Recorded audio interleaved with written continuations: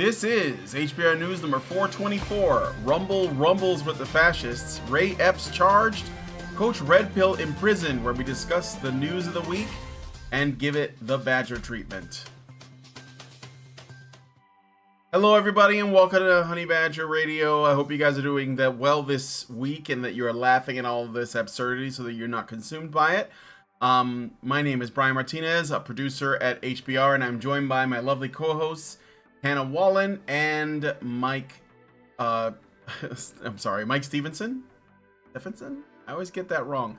Dr. Ranamacam, I'll just say that. We have a great, and Mike J is not here. Oh, he just showed up. Mike J is here too as well. Hi, Mike J. We have a great show lineup for you guys today, so please be sure to continue the conversation both in the chat as well as the comment section. On this week's HBR News Show, we're going to be talking about the latest developments.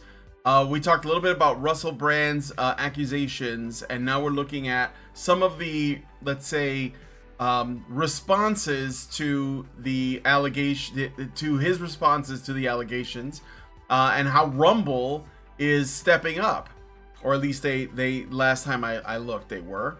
We're going to be looking at Ray Epps, who was one of the primary instigators at January 6th. And he has finally been charged, and if you don't already know, you're gonna love what happened with that. Gonzalo Lira, aka Coach Red Pill, is rotting in a Ukraine prison, and more, so stick around, it's gonna be a good time. And be sure to join us afterwards for the patron-only show. So, I couldn't decide whether I wanted to look at Lily Singh's TED Talk, where she basically blames sexism and racism for her failure as a comedian, but and then I saw this People magazine thing, which I thought could be interesting to go through. It's the celeb divorce lawyer links Barbie, Beyonce, and Taylor Swift tours to uptick in breakups. So yes, in this week in shit that you probably already knew, there is a sentiment that they all share in common that's causing women to dump their husbands. So have these women been gaslit, or have those husbands and boyfriends dodged a bullet? We will learn about it in the patron show. And if you want to join us in the patron only show, you have to become a badger by going to feedthebadger.com and setting up a monthly subscription. $5 a month will get you into the Discord, and you'll be able to watch all the additional content. And if you give a higher levels, then you can even join in the discussion with us. So there's different like tiers or whatever, and you can participate in those. Plus, all of the content that we have put out there that is not available to the public already is still available to all of our patrons. It's thousands of hours. Why you would want to put yourself through that, I have no idea, but maybe you would. We also have a lot of events, game nights, movie nights, viewings, things like that. So please consider doing any and all of those things and joining us and helping us out. We're also doing a monthly fundraiser. If you could support us, go to feedthebadger.com/support and contribute whatever you're able to. Doesn't matter how small, just so that we can keep doing this content. And I'm not able to do any arm twisting because I have dignity, so I'm gonna let Allison do that when the time comes. But just know that she would be doing some serious arm twisting right now if she was here. And hopefully you guys be able to support us. And also, if you want to make sure to find our content after the internet inevitably deletes us, at least the mainstream internet, then please go to badgerfeed.com. That's badgerfeed.com to find all of our stuff, or honeybadgerradio.com. All right, so with all that out of the way, let's get into today's story. So I'm going to start with Russell Brand Part 2. And there's some follow-up news regarding that. So after the UK media came after Russell Brand's reputation with reports of rape and assault by women, most likely prompted to speak by reporters, there has been a race to cancel any forms of his income as a social media personality. YouTube demonetized Brand's channel, with some news organizations bemoaning the fact that he can still make money from paid promotions. He also had his content removed from the BBC and Channel 4. It has now come out that there has been an effort to coerce Rumble and TikTok to removing Brand from their platform. From Forbes, quote, Dame Caroline Dinenage, I don't know, chair of the culture. Yeah, nobody knows. It's too posh even for English people. Carolyn Dinage.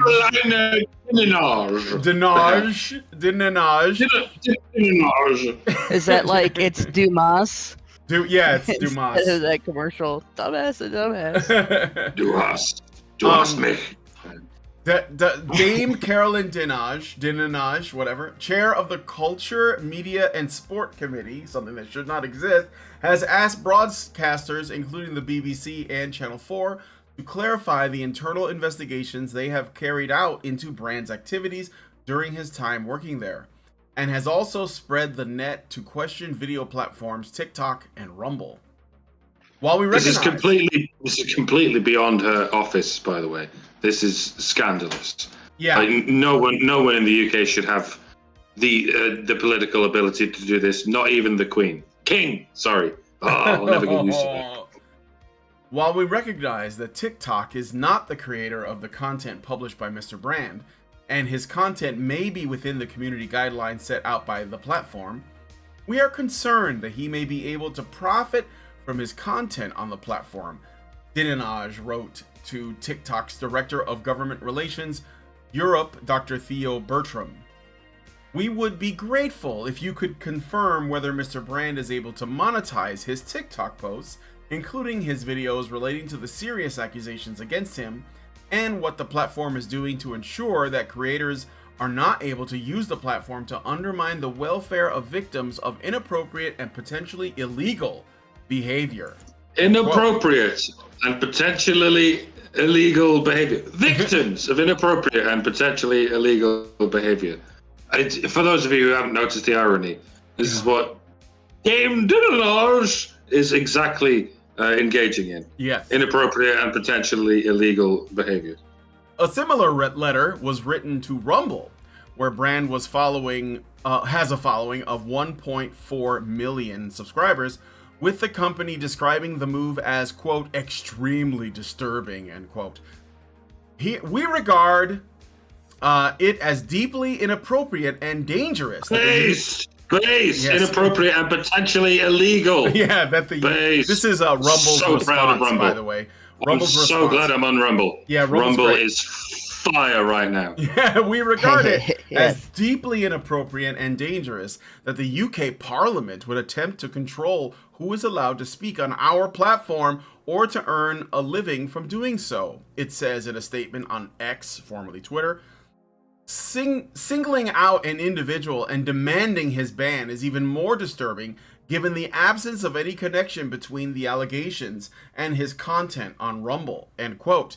Since the Rumble response, Burger King, ASOS, and HelloFresh have removed adverts from the platform, as cited by the Daily Mail.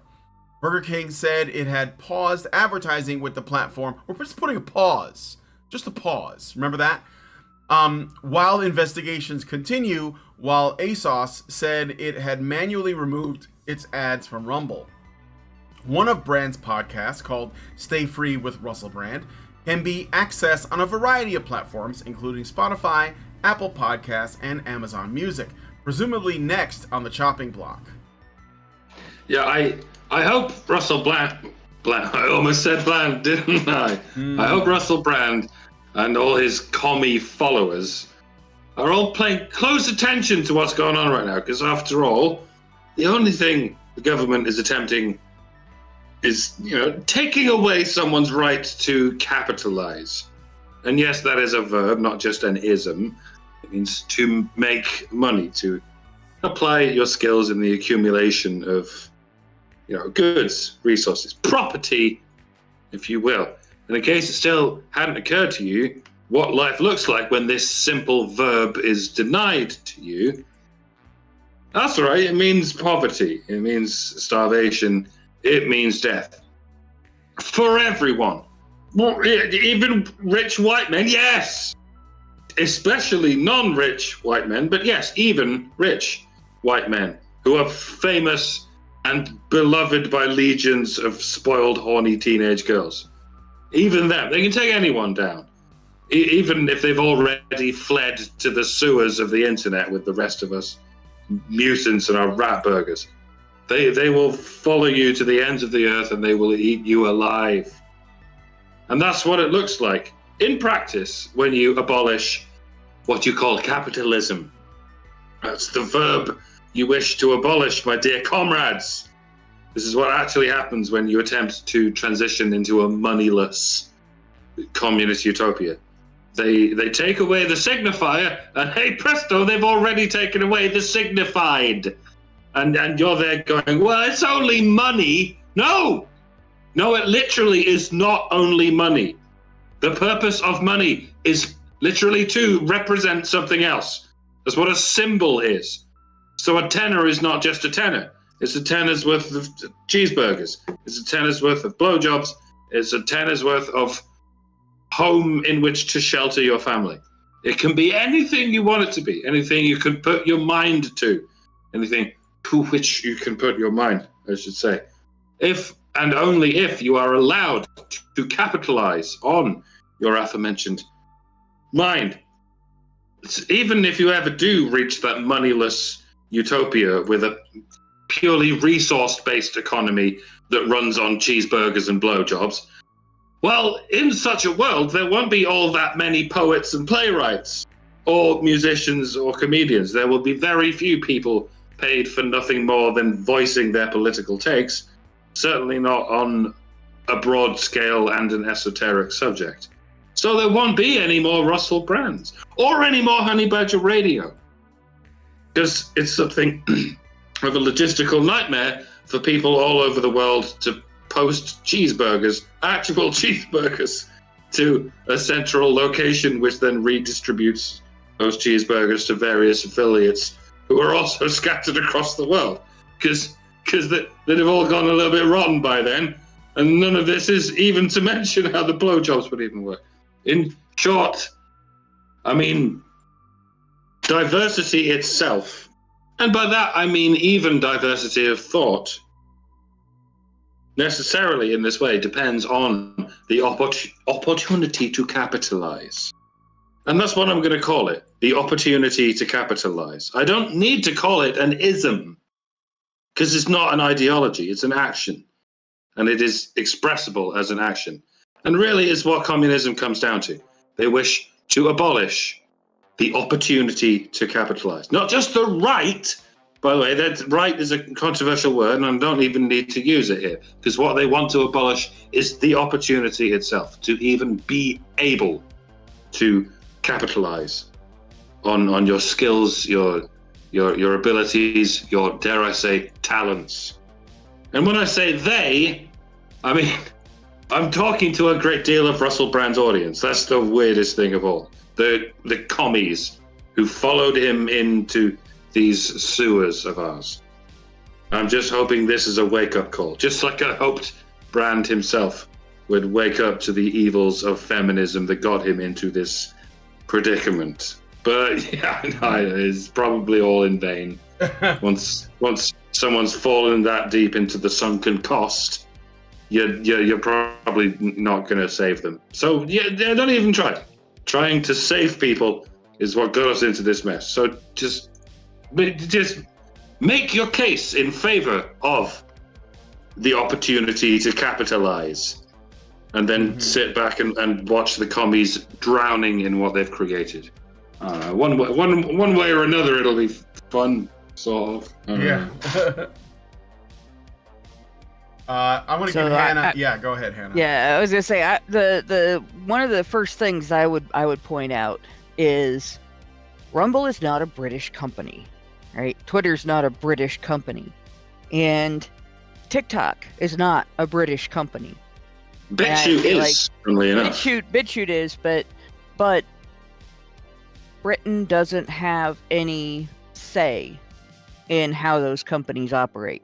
They are not British companies. They can find a way to block them from operating in Britain, but I mean, people can use methods to get around that if they want to, and it's done all the time, using methods to get around a country's block on a particular website or content on a particular website and things like that.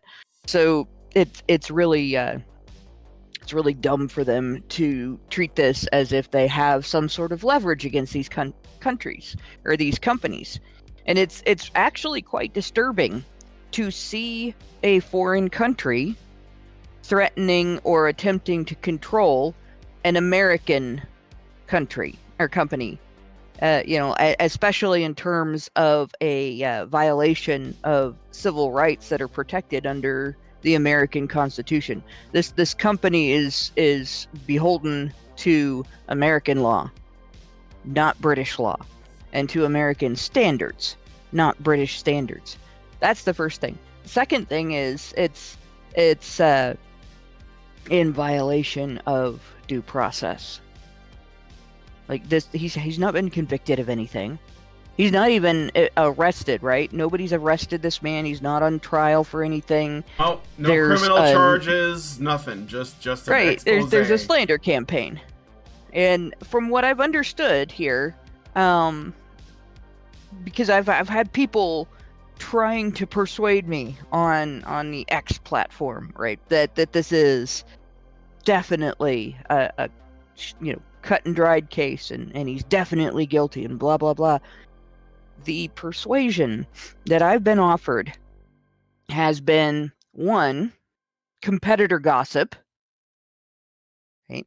Two, how long that competitor gossip has been going on, and three, a list of names of people who have absolutely nothing to do with the case but have been otherwise demonized by the media, one of which was actually guilty and two of which have been found wrongfully guilty, and one of which was actually later his case was overturned. So that's bullshit. Nobody could give me any actual physical evidence or link to a description of physical evidence. No smoking gun, no non-smoking gun, like not even a bullet casing, like nothing. Just a lot of gossip from competitors and a news media smear campaign. Like that doesn't decide who's guilty. And so what they've been doing, it doesn't matter if they hate the guy, right? It doesn't matter if it does matter that they're attacking prophets.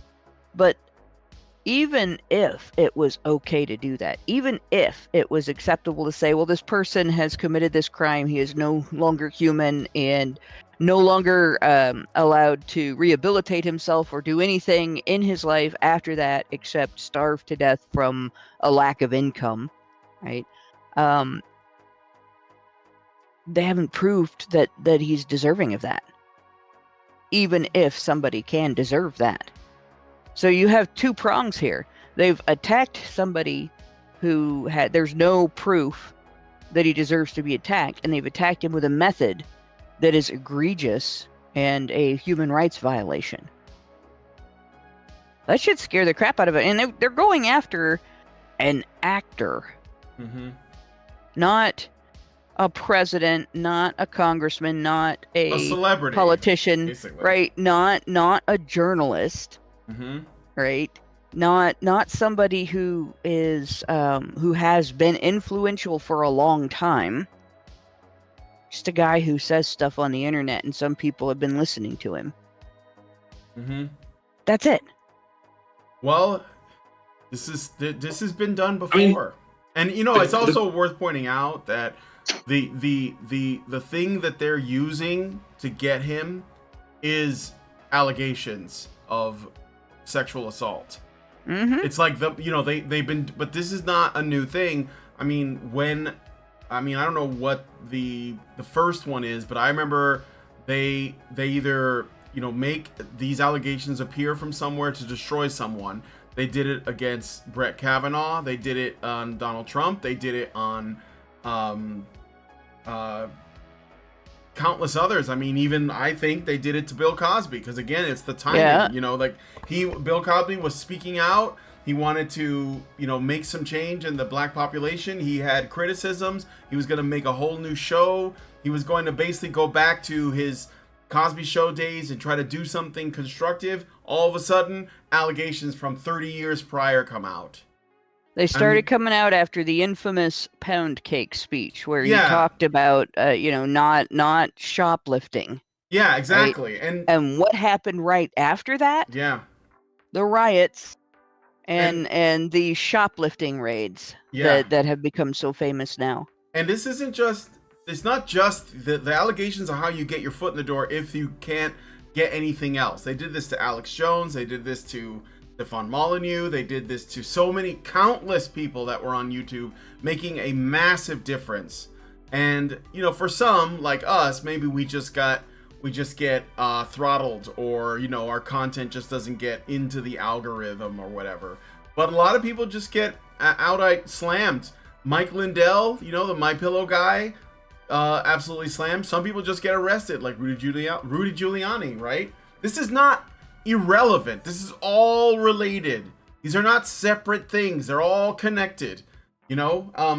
And the other thing, too, is that if they can't get you personally, like if you know, like, for example, with this case where Rumble said, we're not doing that, then what happens next? Oh, the corporations pull their advertising. So it's not just brand that's losing money, it's Rumble that's losing money now, because these, and I'm sure it's just started with Burger King and HelloFresh and the other company, but it's probably not going to end there, because they're all like, this is why I called it a fascistic thing, because it's the governments of the United States, of the UK, of Canada, you know, and they're working in tandem with corporations and big tech. This is not like accidental. It's not a coincidence. You know, they're working together. So they're not just attacking Russell Brand, they're attacking Rumble. And Rumble's going to need support. They're going to need our help. So I'm going to ask you guys, and this is not an ad for Rumble, but I'm just saying, like, they're the only ones that told them, you can't do this. This is unethical. They're the only ones that said that. I mean, TikTok is fine with it. I don't think anybody should be on that commie app anyways, but Rumble should be, you guys should make an account for free, support them, watch our content there if you can. A lot of people that you guys used to watch are on there too. Teal Deer is on there. Coltane, I don't know if you guys watch Coltane, but he's on Rumble. You know, plenty of people. Dan Bongino is on Rumble. He left YouTube a long time ago. Who knows who else, right? We have to do more than that. There are two other things that people can do. One is the companies that have openly boycotted Rumble need to be boycotted, and they need to be contacted and told they are being boycotted specifically for this reason. And the second thing is, you know, people who have like larger incomes, because I think the minimum, I looked into it and it looks like the minimum that you can invest in this is like $100 at one time. But you can advertise on Rumble. Yeah. Anybody can advertise on Rumble. And it looks like the way they do their advertising might be similar to the way Project Wonderful worked, which was pretty neat. I used Project Wonderful back in the day for some things. It did not require that big of an initial investment. But if you have a business, if you have something that you even just want to say, and you know, and it's something that is legal to say, like don't go on there and advertise that, you know, Burger King has shit food, even if you believe that, like I do. You know, don't go on there and advertise that HelloFresh is outrageously expensive for what they offer, because even if you believe that, like I do, you can't say it definitively, because that would be defamation, right? You can only say you believe that and feel that way. But you know, you can advertise anything, right? You can advertise that you like a particular channel. You can advertise that free speech is very important. You can advertise that the standard of due process is indispensable in a free world. Anything you want to. Like, so if somebody has a whole lot of extra money, throw them a bone, throw them a buck, make an ad. So yeah, so I let's just do what we can. I think that I know it's not gonna stop there. I don't even know who ASOS is. What is that company? What do they make? ASOS. Does anybody know? I looked. They sell clothing. Oh, okay. Well, go to you know, H&M or something. Or just go. I do. You know what I do? I go to the secondhand store. So Yeah. I'm gonna drop some cash. Only got $20 in my pocket. I think it's women's hunting, clothing too. Looking for a come up. If this is fucking awesome. Yeah, well, it probably is. I mean, women buy more clothes. Men are fine shopping at like Old Navy and shit. So I even get my burgers. I even get my burgers secondhand. There you go. Rather go ahead and say I'd rather have secondhand burgers than Burger King. But women's fast fashion contributes to 4% of the trash in the landfills in the United States. Yep, just the clothes. Like that's just the clothes, 4%. Yeah. Mike J, were you gonna say something? I feel like you were, or I heard somebody on Paul. Nope. Okay, it wasn't you. All right. Anyway, I think there's not much else to say on the Russell Brand story, but again, this is, I think, for me, this is more about Rumble, and also, like, you guys see this pattern. Do you have any other examples of people that were sort of going against the establishment in some fashion? They changed gears, they had an awakening, whatever, and suddenly everybody attacked him. I mean, I know that was true of Trump, because the left used to love him before he ran for president. I know that that's true of somebody else that came to mind just now was Elon Musk. He was like, Mr. Green, I'm gonna make the electric car. Oh, he's so great for the environment. All of a sudden he was like, I kind of like free speech. I'm gonna buy Twitter. And they were like, this guy's a demon. So, and they can't take him out because he's too rich, but like, they're gonna try in whatever way they can. Boda has pointed out, and this is a really important one, Julian Assange. Yeah, Julian Assange, yeah. Yeah, I mentioned this last week, and this sort of relates to, I was going to talk earlier, I believe it was me who unpaused, had mentioned that he's not a journalist. And to some degree, he has been a journalist, like so many people that crave fame. He was climbing those various slimy walls before he got to the TV. Mm-hmm. He used to work for various hipster papers and used to do various articles along the lines of, I wanked off a guy in a pub, here's how it went. True story, by the way. He used to be a heroin addict. He would do anything for money, including go and wank off a guy in a pub with a rubber glove and see what happened. And write a story about it for some hipster magazine. And that's what I did. And what got him in trouble was journalism. I mean, it's difficult to even define what journalism is, because the term itself has been so sullied by these communist activists pretending to be journalism. But what he's been doing recently has been talking to the likes of John Campbell, talking to doctors with qualifications who are quite happy, well, not happy, but quite willing to say the things that paid off doctors aren't willing to say. And yes, just sitting there and talking to a doctor about his findings, that's journalism, and that is what got him in trouble. Like I banged on about last week, the gynocentric accusations of "Wow, you hurt women." That's what they pull on you, whether it's true or not. Mm-hmm. It's not the reason they're going after you. It's the means by which they go after you. And yet the reason they're going after him is his journalism into this thing that he's not allowed to do journalism in.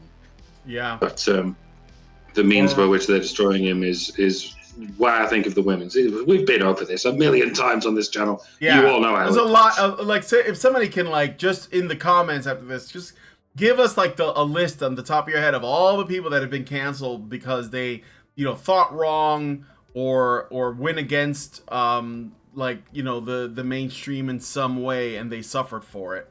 There's plenty. So, just give us your thoughts. What about Ricky Vaughn? He was a big Twitter guy, right? Didn't he get canceled in a terrible fashion as well?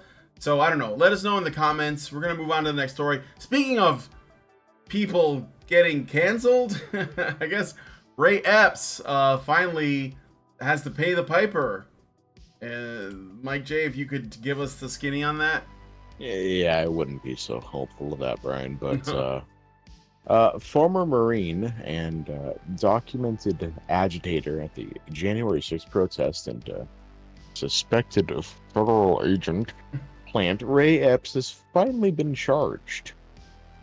On September 18th, the federal court of D.C. charged Epps with one count of disorderly or disruptive conduct within a restricted building or grounds. Not much has been heard from Epps in the last several months, save for his filing of a lawsuit against Fox News, claiming that comments from then Fox News host Tucker Carlson had a negative impact on his life. Boo, boo, boo.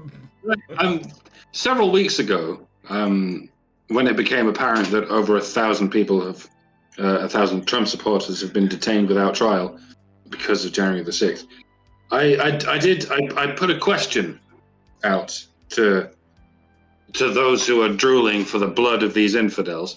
Are you happy now? Are you satiated in your lust for this social justice of yours? Over 1,000 Trump supporters are being basically tortured through human isolation for 2 years and for the indefinite future. Are you yet satisfied? Are you yet sufficiently entertained? And of course the answer was no answer. So I really hope they're not expecting an answer from me when they go, well, are you satisfied? You've been banging on about this Ray Epps character for years. I mean, whoever he is, we've certainly never heard of him. You've been demanding he be brought to justice, even though he's clearly one of yours. I mean, you should be defending him. Why aren't you just blindly defending everyone who's been hastily painted into a lazy tapestry of your worldview? We can't understand why anyone wouldn't do that. So anyway, there you go. We arrested the guy you wanted us to arrest. Are you happy now? And by all accounts, my answer should be no answer. But I will go ahead and give you a great deal more courtesy than you would ever give me. Here goes. One measly count of misdemeanor leading to naught but a slap on the wrist is, at the very maximum, what each and every one of those 1,000+ Trump supporters should have experienced. Because they did exactly nothing wrong. It is not trespassing if you follow a line of people into exactly the place into which the federal police are ushering you. A coup, C-O-U-P, is a subcategory of conspiracy. And that means a multitude of people agreeing to embark on a particular goal. And so, yes, it is indeed a conspiracy theory to suggest that January the 6th was an insurrection or coup. The evidence you need in order to call it such would be exactly the kind of recorded agitation of such a conspiracy that Ray Epps was indeed recorded agitating so as to accumulate a multitude of people in a trespassing upon government property, if we are to call it that. And so, if you wish to call January the 6th an insurrection or a coup, then you need to pinpoint exactly when it became a conspiracy of more than one or more moments when it became clear that someone somewhere wanted to, at the very least, go into the Capitol building. And if what you're trying to bring justice to it's an insurrection, then Ray Epps should be the one languishing in federal jail without trial, and those 1,000 unknown soldiers and those several Proud Boys facing de facto life in prison despite not being there should be the ones who got away with a misdemeanor and a slap on the wrist for it, the very, very most. So no, since you ask, hypothetically, no, I'm not satisfied. Don't you even dare comparing these apples and these oranges. These healthy apples left in a garbage can to rot, while these already moldy, disease-ridden oranges are left free to be thrown in the face of the next poor fool we locked in the stocks for the next 5 years. Fucking cunts, all of you. Yeah. Something I want to point out, the footage that came out recently, the guy going, this boomer is pissing me off, and them talking about Epps being a Fed and everything. There's a second possibility. And I just want to remind everybody of the kid with schizophrenia that the FBI contacted, groomed to commit a terrorist act, and then purchased supplies for and transported to go get the supplies because he physically and mentally wasn't capable of committing the crime himself, and then tried to railroad him as a terrorist after doing so and got caught. Right? I don't know how competent Epps is, but he is a boomer. And Definitely. boomers have been very naive about their government for a long time.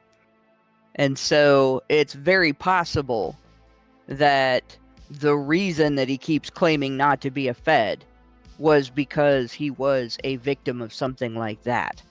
Because he does sound like somebody that was a Fed, but he also sounds like somebody that was programmed and somebody that was not all there. Kind of similar to how you would sound if you had been in a planning session with somebody who's very good at manipulating people with psychological attacks, basically, and then sent out to try to persuade other people to do what your manipulator wanted.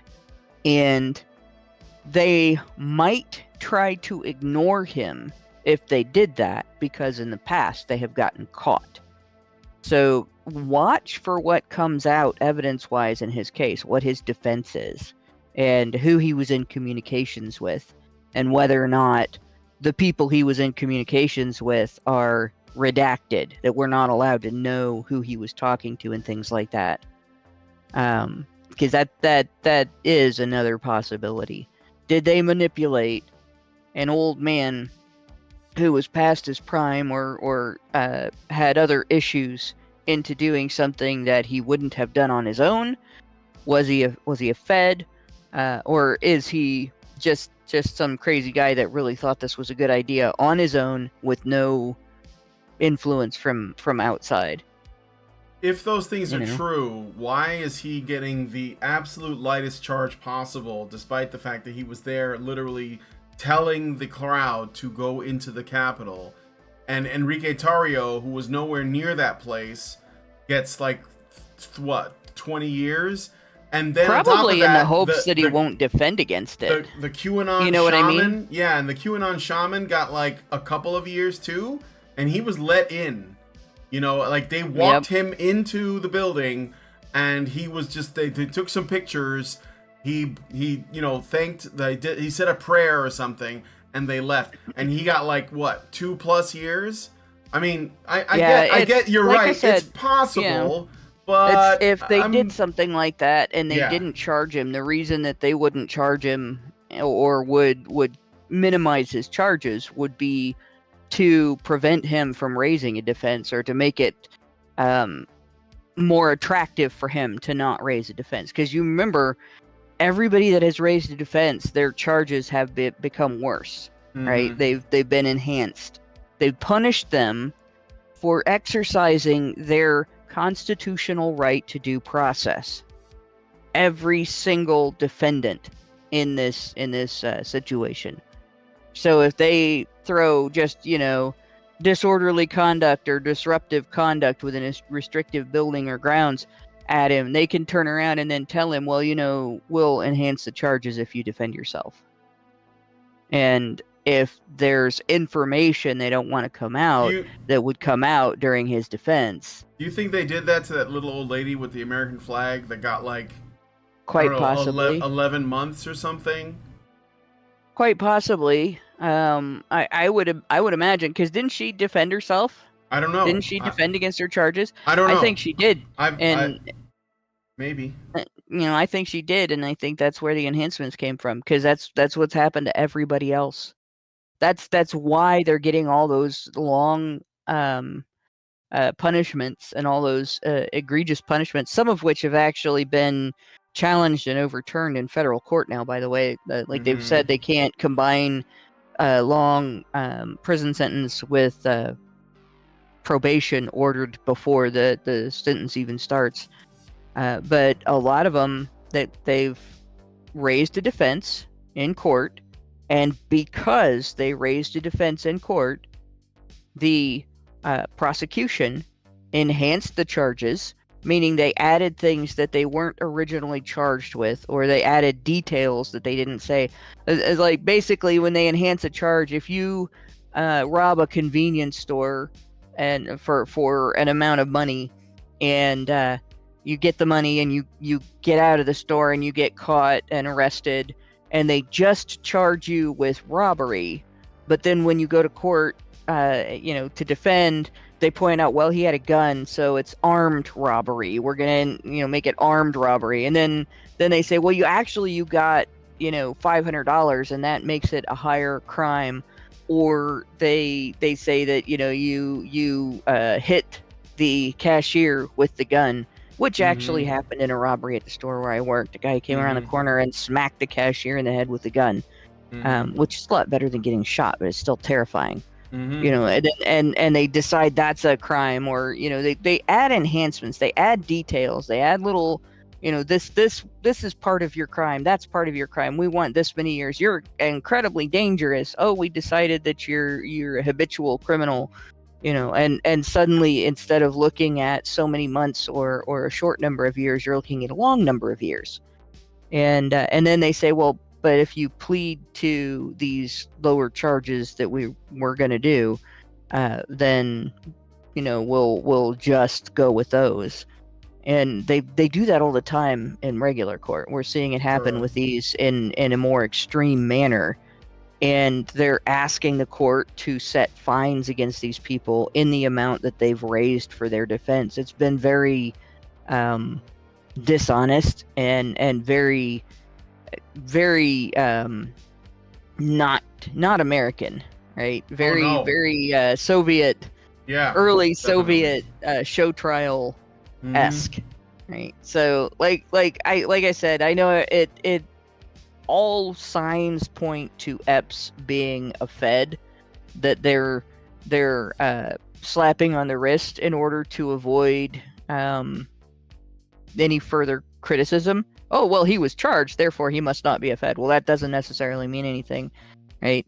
Especially since he did, in comparison to everybody else, get a slap on the wrist. But some of those same signs can point to him being a manipulated, vulnerable person. And the same thing would be done if the Feds were worried that this manipulated, vulnerable person's defense would expose what they did to him. Right. Oh, well, it's possible. I'm pretty firmly on the he's a glowy, but I'm open to news changing that. Especially he probably got a rebate for whatever the fine was too. They were like, oh, just mail this in.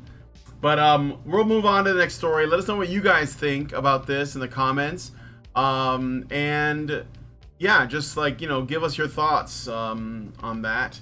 I got a super chow, so I'm gonna read that real quick.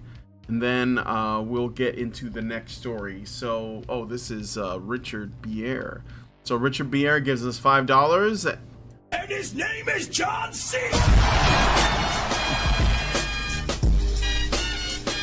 And says there is the possibility that Ray Epps was undercharged deliberately to sow suspicion that he was involved with the government and therefore diverting attention away from other actors so he would be chaff to hide the true actors. That would also make him an actor. But yeah, I mean, it's possible. It's kind of, that's a little bit of a layers on layers. But yeah, it's possible, I suppose. But anyway, let us know. He's not an actor, he's a victim. You can't be both. Unless you're a professional actor, then you're also a professional victim. Like a crisis actor. Yeah. Yeah. Anyway, let's move on to the next story. So we're gonna talk about I don't know if you guys heard of Coach Red Pill, but Mike J, I'm gonna give it to you. I mean, it's been a while. Yeah, it's been a while. It has indeed been quite some time. The last I remember of Gonzalo Lira, aka Coach Red Pill, is when he had this sort of weird, inexplicable, unexplainable beef with Sargon. He did? I had no idea. He did. Oh. And it was very, very, very strange. It was several years ago. Maybe he was just trying to Well, I don't know if he was bigger than Carl Times. He was most definitely not bigger than Carl. I didn't think his YouTube was as big, so maybe he was trying to say like this is why Carl needs to be involved in politics, and Sargon was like, that's nice, bro. Who the fuck are you? Oh yeah, okay. This is deep Carl lore.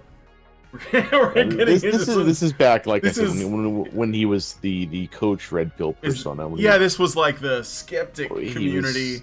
Era. He had this weird persona where he's like, I always viewed him as like trying to be Kevin Spacey. He definitely had that.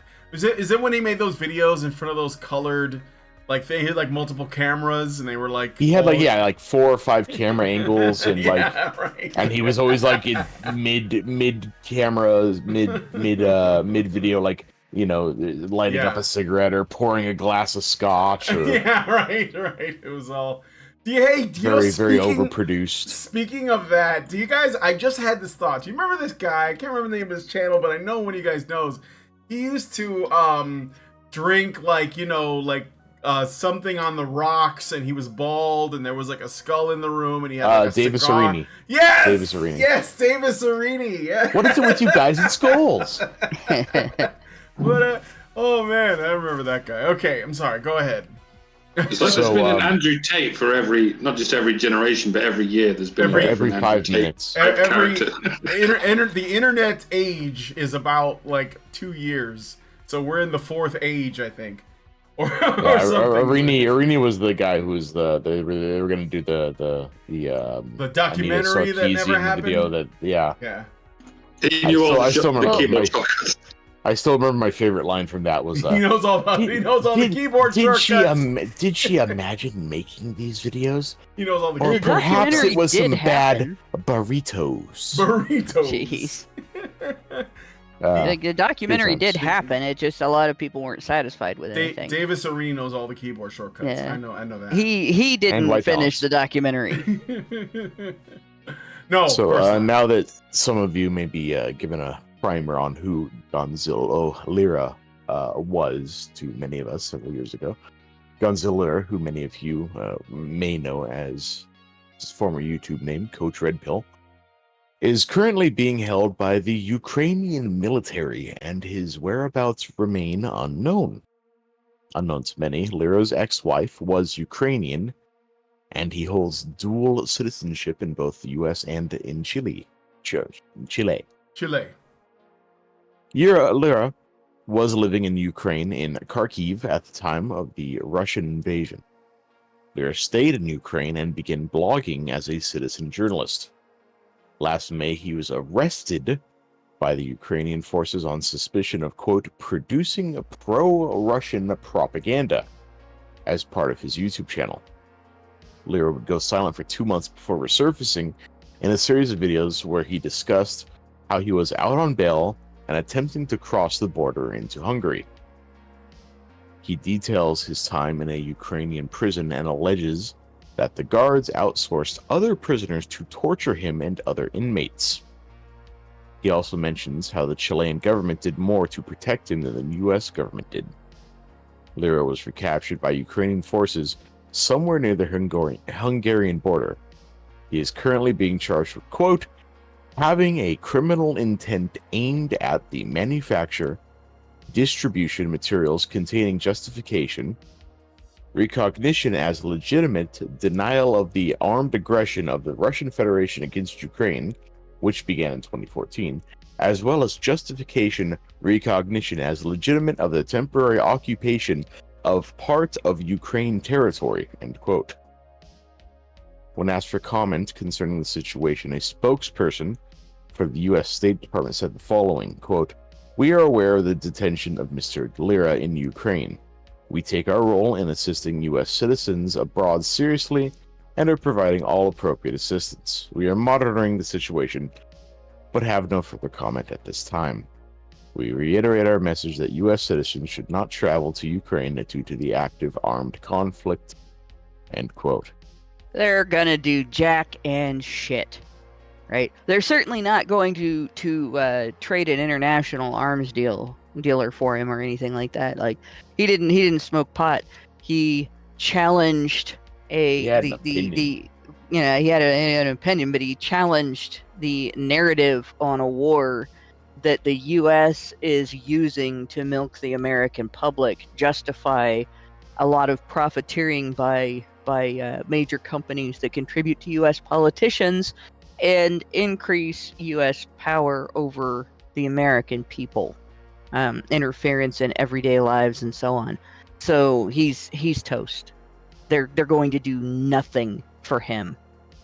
And I'm not surprised that he said that the Chilean government did more for him than the U.S. government did. They're going to drop him like a hot potato unless they get so much criticism and so much pushback from the American public on this that that they have no choice.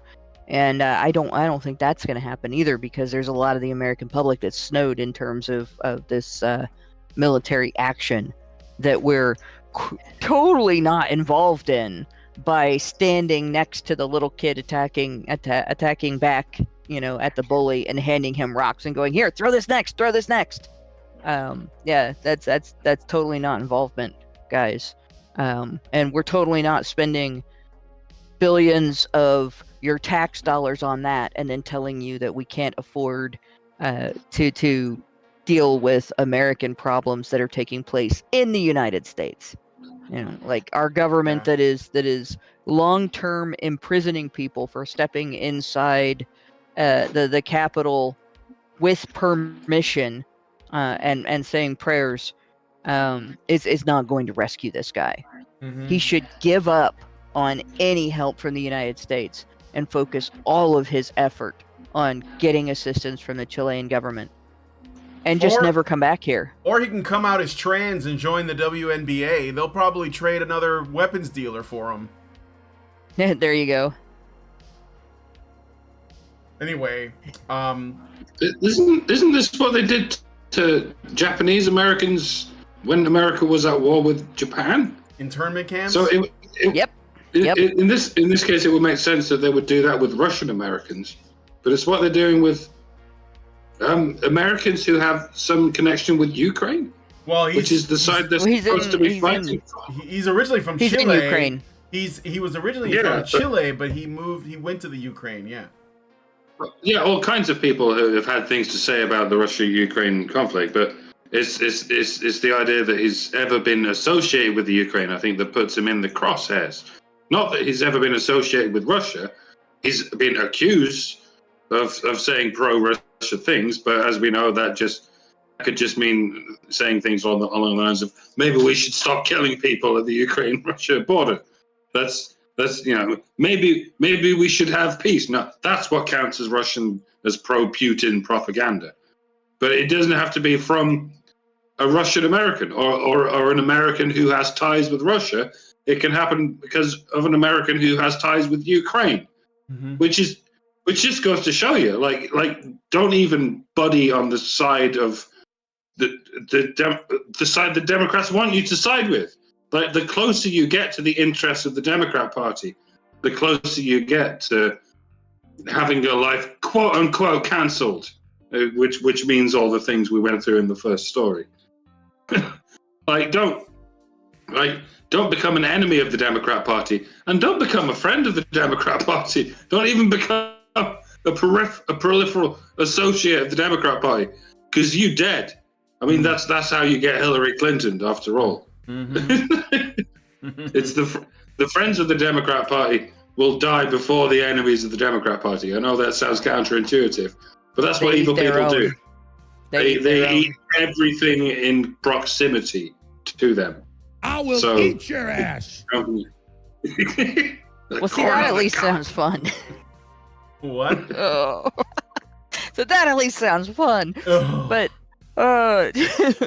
I gotta clarify one thing. I want people to understand when I said that about the Chilean government. I am fully aware that I said he should be pissing into the wind for help. All right. That is how little faith I have right now in the U.S. government. Yeah. It's crazy. I picked this story because I knew about this months ago, but it wasn't confirmed. It was a lot of like speculation about it. And then I saw this, I put it on the screen for you guys. This trans spokesperson. I don't know if you've seen videos of this person. Oh, fucking fuck this individual. Yeah, like this 50-year-old American dude who decided to put a wig on and then become the spokesperson for Ukraine. This person was the one that declared that they caught this Gonzalo Lira, who's a Russian asset or whatever. And I was like, that sounds so insane that there's like, you know, essentially an American liaison drag queen that is announcing the capture of Gonzalo Lira, Coach Red Pill, who is literally two degrees of separation away from us. 2 degrees, because he knew people who we knew. It's crazy. Like, isn't it crazy? I mean, everybody is a Russian asset now. Yeah, of course. What were you gonna say, Mike? I'm sorry. This is the same person, by the way, who in their last address as like a capacity of ambassador to the Ukraine, said that Ukraine now will turn their focus internal to external. We will be hunting down those who produce propaganda for Russia abroad, and they will meet swift justice. It's like, that's great. Number one, how do you plan to do that? Number two, what gives you the fucking right to do that? It's insane, dude.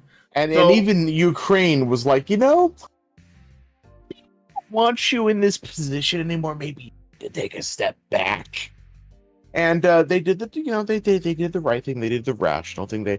They went ahead and they hired Maria Abramovic to be their new spokesperson. Yeah, right. To the fucking Obama Clinton spirit cooking lady. Yeah, the spirit cooking witch.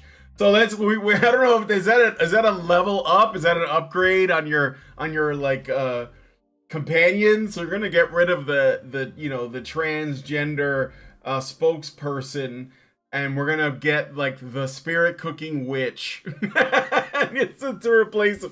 This timeline, guys. This timeline. What the fuck?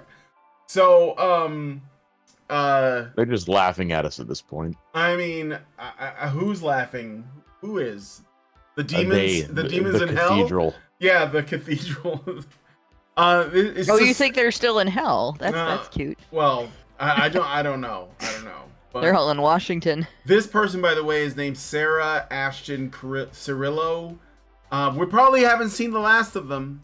I'm just telling you, we haven't seen the last of who they are, because even though Ukraine was like, you're making us look a little too bad, we're gonna go for the witch, the spirit cooking witch that probably drinks blood or whatever, and you're gonna get to do something else. Sarah will find something else, and we will not. We'll see that person again, because I don't know, man. Theater kids, something has to be done. Theater kids. So. Hey. Oh well, I mean, I was an art student, so I kind of count myself in that. We're not all degenerate drug using. Oh, shut up. Okay, so I got another super chat from Richard Bier. And his name is John C.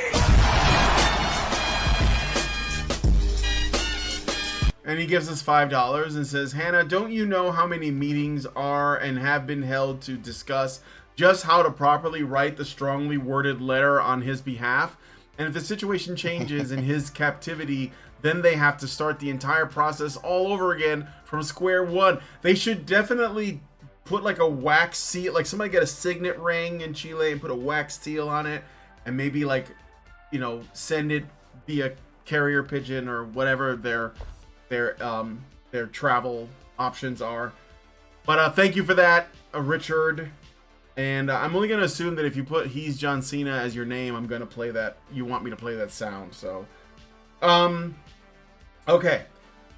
So, yeah, bad news. I don't know what's going to happen to Mr. Lira. I hope he manages to hang in there. when I hear these stories of people that I know don't deserve it getting thrown into prisons, it doesn't matter if it's in the U.S. or in like some Eastern Bloc country or whatever. I truly worry about their mental health, because I think that's the purpose. Like, when I heard Enrique Tarrio was talking about, well, he was in prison for a while, and then he was on house arrest, and he was like banned from Washington D.C. Even though, again, the only thing he did was burn a flag. And then they threw him back in prison. And before they did, though, he was talking about how much he felt that his mental health suffered while in prison. And I think that incarceration, especially obviously unjust incarceration of people, is it's something that is done to men with more frequency, and it's like something that we have to talk about at least on that basis, but mostly because of what is right and wrong. And I think that is just, they do this to torture people. It's essentially torturing people. So this is very bad. It definitely is done to men more often than it's done to women. Imprisonment in general is done to men more often than it's done to women. And then women in general receive lenience in the court system in comparison to men. They're more likely to be complained about. Men are more likely to be complained about in the first place when they commit a crime. They're more likely to be charged in response to that complaint. They're more likely to be, arrested and charged and prosecuted on the basis of those charges. Mm-hmm. And they're more likely to be convicted and sentenced and to serve more of their sentence. So it would be ridiculous to think that they were not more likely to be falsely charged than women, because everything else that goes along with being charged, they're more likely to have those things happen. So before somebody comes along and says citation needed is the existing pattern of how men are treated in the court system. Mm-hmm. Well, as Mr. 0303 and Rumble said, the Ukrainians are the good guys, so I'm sure that he's safe. So let's move on to the next story. Yes, because there's a good guy in this situation. Yeah, there's a good guy and a bad guy. There's totally a good guy and a bad guy. We were told who they were. It was on the TV. The TV guy told us. All right. Anyway, let's move on to the next story. Let us know what you guys think about this one in the comments. And we got one more to go. This one is I'm going on a little bit of a lighter note, because we have to have something other than men being thrown in prison unjustly and bad men being let off the hook. Because that's kind of what the episode turned out to be. But okay, Lyft. Do you guys know about the service Lyft? So we had it in Chicago. It's basically Uber. It was like the competition for Uber. And essentially you get an app, the Lyft app, and you need a ride someplace. You go on the app, you tell them where you are and where you need to go, and then they send a guy, it's like a ride sharing thing like Uber. So Lyft has introduced a new feature. It's called Women Plus Connect. It allows women and non-binary drivers to match with women and non-binary riders. This feature aims to enhance safety and increase the number of women and non-binary drivers on the platform, currently accounting for only 23% of the drivers. So they're trying to get equality, guys. Users can opt in to prioritize matching with others of the same gender identity, but it's not guaranteed, and they may still be paired with men if no matches are available nearby. Oh, the horror. This feature is initially available in select cities, including San Francisco, San Jose, San Diego, Phoenix, and Chicago. I don't know if you notice a pattern with all these cities that I'm naming, but there is one. Lyft's move comes in response to safety concerns and lawsuits related to passenger and driver safety, particularly regarding sexual assaults. The company has faced legal action and has implemented safety measures like an emergency call button and trip check-in to address these concerns. Lyft's safety report from 2017 through 2019 revealed thousands of assaults, well, at least allegations of assault during Lyft rides, including fatal incidents. Lyft's rival Uber has also reported incidents of sexual assault and misconduct, with riders being accused in a significant percentage of cases. Human rights campaigns has praised Lyft's new feature as inclusive and essential.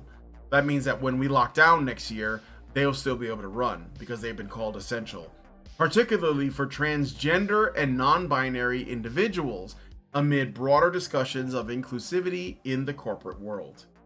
2 countdowns begin right now. 1, the first time a female passenger accuses a female driver of rape to get out of paying her ride share fee. And of course, the second one being the first time a female passenger attacks and beats up a female driver for some stupid reason during the ride. And the reason I say that is it historically, taxi drivers have had to install cameras in order to deal with both of those issues. There was a news story about this out of London with taxi drivers having to install cameras because so many riders were falsely accusing them of sexual misconduct in order to get out of their fees. And there have been videos online that drivers have posted from taxis, from Lyft, from from Uber, from all kinds of different transfer buses, trains where passengers have been violent, where passengers have gone ballistic over things that they shouldn't even have been mad about, and so on, where the driver has been in danger or where other passengers have been in danger. As Night Motorcyclist puts it, women are the cause of the surveillance state. At the very least, women are the excuse for it, right? And it is needed in a lot of instances. The part of the reason that cops have body cams is because of women making allegations of sexual misconduct against cops arresting them. So this is just one more thing contributing to that, and it is female violence and false allegations by women that are causing this. So when you get into a taxi or on a bus or on a train or on a jet or in a ride-share ride, and there is a camera pointing at you, you know whose fault it is. Why can't men opt out, as drivers? Because there have been, men get assaulted in Lyft by women, with surprising amount of frequency. Maybe they're drunk, maybe they're violent, maybe they want to rob them, maybe they just completely lose control. Hacker Tom mentioned, remember that time when the old man who was a driver was murdered by teenage girls? Yeah, it's for the same reason men don't get a say in whether or not women can come into their bathroom or their toilet or their restroom, whatever prudish thing we're calling it. There's a big old stink about whether men should be allowed in women's toilets because men have absolute power over women. Everyone knows that. But it doesn't matter if a woman can come into your male toilet or into your Uber or your Lyft, because there's nothing a woman can do to you apart from dial 3 numbers on her phone and have your life ruined for the rest of it. And that doesn't count, you see, because that's not real power. That's government power, and the government doesn't have power. The government needs more power so that they can crack down on all these evil men and the things that they always do to women whenever they are allowed in a space together with them. Because everyone knows a woman and a man in a space together cannot possibly exist without the consent of the government. Not the governed, but the government. Yeah. And this, and I know what you're thinking. Uber and Lyft, these aren't government entities. They're private enterprises. They could not possibly be infiltrated by government influence. Oh, you poor cockroach. You poor, sorry, what's the word? Grasshopper. Summer child. You sweet summer child. One day you will understand. And when you do, it will be too late. And so on and so forth. Yeah. I will point out in conjunction with what Doc said about women in men's restrooms and men in women's restrooms. I personally would consider a woman deliberately walking into a place where there are urinals, where men are necessarily exposed when they go to the bathroom, that in and of itself would be a sexual assault similar to what we would call a peeping Tom, as if women never do that. Speaking from someone who's caught a woman doing that. But yeah, it's the same as peeking into somebody's bedroom window to catch them naked. Or what is it that feminists call it? Upskirting. When you have a camera on your shoes or shiny shoes that you can see a woman's panties. God forbid that you see a woman's panties. You know, it's not like they're not on billboards everywhere. Yeah, right. But yeah, it's perfectly acceptable, right, for a woman to walk into an environment in which a man expects to be able to have nudity without women being around to see it, and not get criticized for that.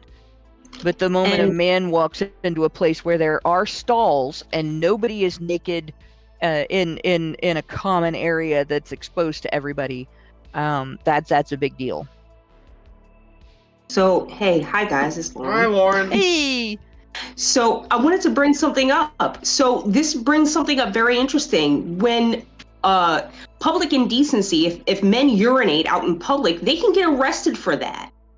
So how are they going to square this circle? How are you going to then say that it's all right if men expose themselves in front of women in an enclosed area, right?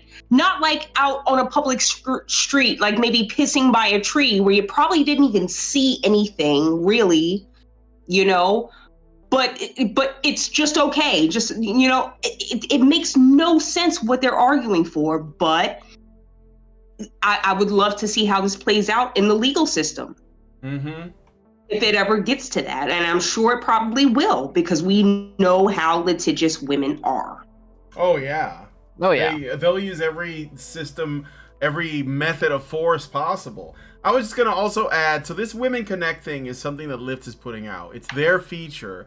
And what they're trying to do is not just protect women's from, you know, men, I guess from men, women drivers and passengers, but it's also because they want to increase the number of women drivers. They're trying to essentially achieve some kind of parity between female drivers and male drivers.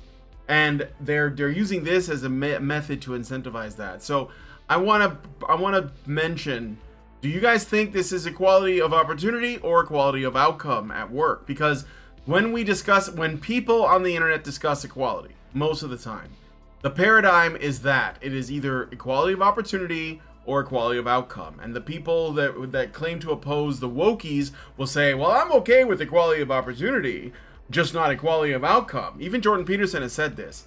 And this is actually making a point that I have made, which is neither of these things matter. Equality of opportunity is equality of outcome because when people try to create opportunities, somebody else has to lose. And that means that they're still putting their finger on the scale to adjust things because they are desiring a certain outcome. So equality of opportunity is still equality of outcome. The only true equality of opportunity is if you don't do anything and let people decide for themselves. And if it just so happens that your basketball team is like 85% black guys, you're not going to complain, because they're the ones that want to play basketball and they're probably better suited to do it. And that also means that if you're like recruiting for Lyft and there are more men interested in driving and they're more interested in driving for longer hours and they're more interested in doing different kinds of shifts than women, then that's not inequality, that's not oppression, that's people making choices. And so Lyft is doing something stupid that sounds nice. And people might say, well, that's just equality. I mean, if they don't do it, they don't do it. But they're going to say this isn't working because it's not turning out the way we want. This is what equality of opportunity always shakes out to be. Is they'll say, well, we've made it equal in opportunity, and yet it's still unequal. There must be a problem. Oh, but you're looking at the outcomes now, because that's how you judge what the success of your equality of opportunity.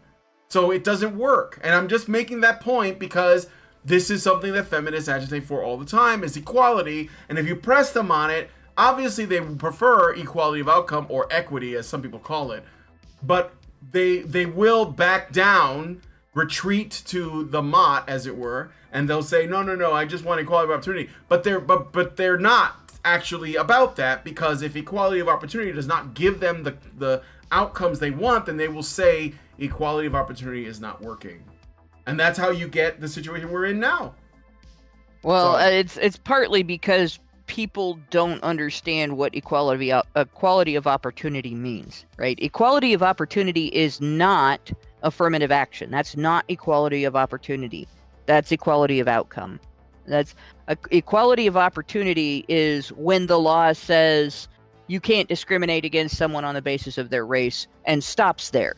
Yeah. Right. That's equality of opportunity. That being from a particular demographic doesn't change your ability to get a job based on discrimination. That equality of opportunity is there's no interference with your business as a business because of who you are or what you're doing when you are in a particular community. So if you open up a store, they don't come along and say, well, this store is male run, so we're going to add extra taxes and restrictions because you're not run by a woman, right? That's equality of opportunity. Yeah, but I get it, but there is still a problem with that, because what you're talking about is how the left and how, in particular, the communist left likes to twist things.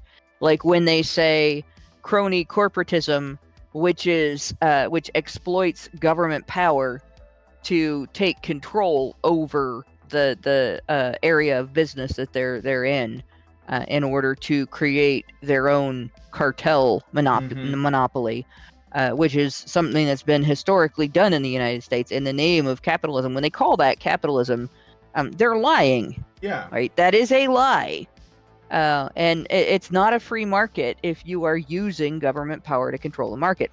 And the same thing with the equality of opportunity. Don't let them tell you that things like affirmative action and creating a special environment for one demographic because they feel threatened by all the other demographics is equality of opportunity. It's bullshit. They are lying. Call them out on the lie. Mm-hmm. I guess the only wrinkle with this is, because you're right, it should just simply be that you shouldn't be discriminated against for your race or your gender or whatever. The problem is that it's very difficult to prove whether or not, like, if there was if there's a pay disparity, or if someone didn't get the promotion, or if someone didn't get the job. Feminists tell us that too, but yeah, I don't think it is. I don't think it's as difficult to prove as people think. No, I know, but right? It's hard to prove, because you can be, if you are of a certain identity group that is protected, and you are denied a job, and it could be because you suck, but you think that you don't or whatever, you could build a case because you're operating under the premise that the only reason why you're being denied something that you feel like you deserve is because of this identity marker, your gender, your race, whatever. And I think that it's not hard to prove, it's hard to debunk. Yeah, I guess so. Yeah, but it's in many ways it's unprovable. But go ahead, Mike. I mean, to be slightly racist, the best person for the job should get the job. That's racist. Now, I realize that's already racist. Yes. But this might result in more black Lyft drivers than Asian Lyft drivers. Yeah. I'm gonna go ahead and say the racist thing that I prepared you for me saying blacks are better at driving than Asians. Now, if this means that there's disproportionately more blacks getting jobs as Lyft or Uber drivers than Asians, and then this is no reason for Asians to start sucker punching blacks in the street. Mm-hmm. Do I need to make that clear? No, apparently I don't. Apparently they're already down with that. Asians are not sucker punching blacks in the street for getting more Uber or Lyft jobs than they are. Yeah. And none of this really matters if rich, affluent white women are more paranoid about being raped by blacks than they are about being raped by Asians. So I guess none of it really matters at the end of the day. Well, I'm just gonna leave it there. Yeah. We're gonna close the show out, but I want to get Just your remember the countdown. Like I said, the Yeah. countdown to the first female on female false rape allegation to get out of a taxi cab fee or a Or- Lyft fee or whatever. or female on male ones, since they include Well, non-binary. no, so- it can't be. It can't be the first female on male because that's already happened. All right, it's got to be the first yeah. female on female. And countdown to news stories coming out about women assaulting other women in these vehicles. Oh yeah, absolutely. All right, well, let us know what you guys think about this in the comments. We're gonna head out now. We've gotten through the whole show, and we're right pretty close to the money. And we're gonna be looking at this article from People Magazine. Celeb divorce lawyer links Barbie, Beyonce, and Taylor Swift tours to uptick in breakups. Are these men dodging a bullet? We'll find out. Or have these women been properly psyoped, I guess. I do have a guest coming on next Monday who makes the case that women are easier to propagandize. I think that'll be kind of interesting. Rachel Wilson is her name. She's made appearances on a big channel called What I Have Learned, and I think she was on Pints with Aquinas once. But yeah, Rachel Wilson should be pretty interesting next Monday on the Fireside Chat. So we'll see what her new book and her research says about that. So anyway, we're gonna wrap this up, get into the after show. If you want to join us, become a Badger, go to feedthebadger.com, start a monthly subscription. $5 a month will get you into the Discord, and you'll be able to watch all the additional content, give it higher levels so you can be a part of the discussion itself. And please, this is for me because I don't really see the money for the subscriptions. It's the fundraiser to pay me so I can pay my bills and keep JoJo fed. You can see JoJo needs food badly, so please go to feedthebadger.com/support so that my dog can eat something. So okay, we're gonna wrap it up here. If you guys like this video, please hit like, subscribe if you're not already subscribed, hit the bell for notifications, leave us a comment, let us know what you guys think about what we discussed in the show today. Be sure to subscribe to my gaming channel, Honey Badger Arcade. That's Honey Badger Arcade. Currently going through 3 games at once, so I'm doing it in small bits, but in October I'll be doing spooky games, so scary games that I've never played before, like Alien Isolation and PT, which is like nobody can get it anymore. Probably my console's worth some money. And yeah, just follow me over there. So hopefully I'll see you guys next time I do a game stream. Thank you guys so much for coming on today's episode, and we will talk to you all in the next video. Men's rights activists are machines, dude. Okay? They are literal machines. They are talking point machines. They are impossible to fucking deal with, especially if you have like a couple dudes who have good memory on top of that too. Holy shit, you're fucked.